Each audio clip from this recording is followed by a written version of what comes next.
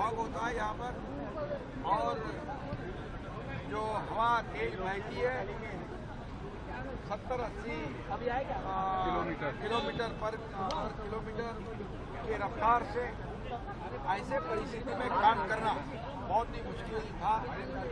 लेकिन हमारे MSRDC department ने ये चैलेंज स्वीकार कर लिया, और जब पहले वाली जो सरकार कांग्रेस की सरकार थी, उन्होंने ये प्रोजेक्ट नहीं होगा ऐसा करके उसको ठंडे बस्ते में डाल दिया था। देवेंद्र जी मुख्यमंत्री जब बन गए, तब उसके बाद 2018-19 में एक्चुअल इसकी प्रक्रिया शुरू हुई, लेकिन फिर सरकार बदल गई, फिर ये ठंडे बस्ते में चला गया प्रोजेक्ट। कोविड भी था जब भी, लेकिन जब मैं मुख्यमंत्री बन गया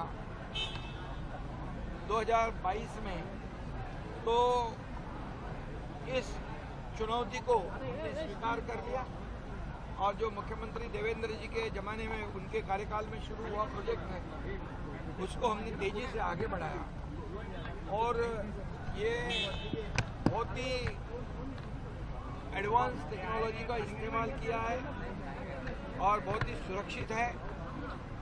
और इस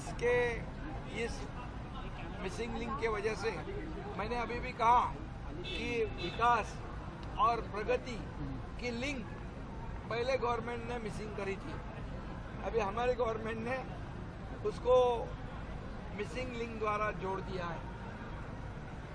ये भी मैंने कहा कि आज घाट सेक्शन जो है, लोग आज भी काफ़ी परेशान लोग दिखे, और जब ट्रैफिक जाम होती थी तो लोगों को तकलीफ होती थी, लेकिन अभी ये 30 से 40 मिनट मुंबई पुणे का जो ट्रैवल टाइम है, यात्रा का समय है, वो 30-40 मिनट से कम होगा।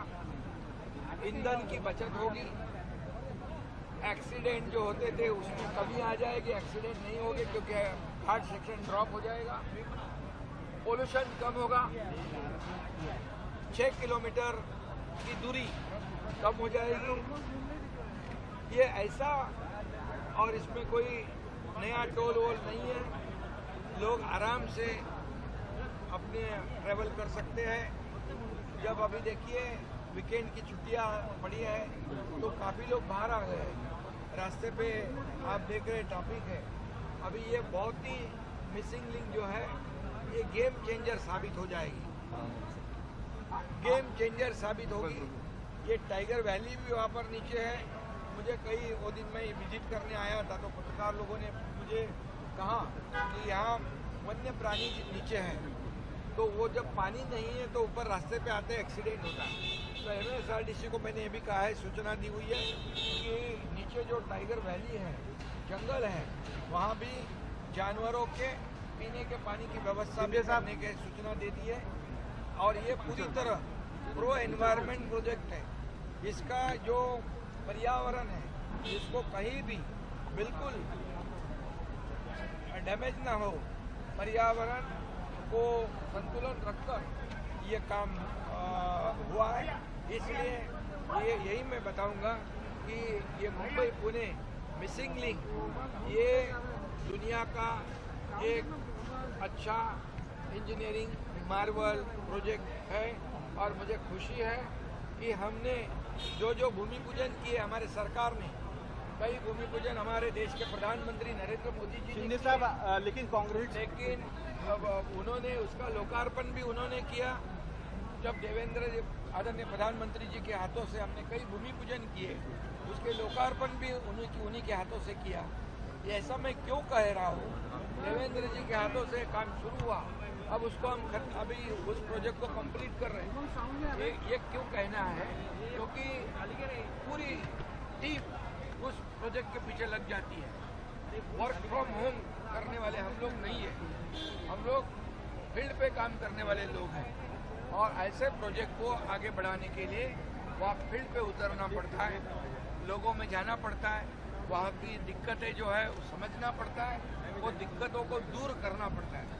और इसीलिए ऐसे प्रकल्प पूरे हो जाते हैं, जैसे नागपुर मुंबई बाला साहेब ठाकरे समृद्धि महामार्ग ये भी है।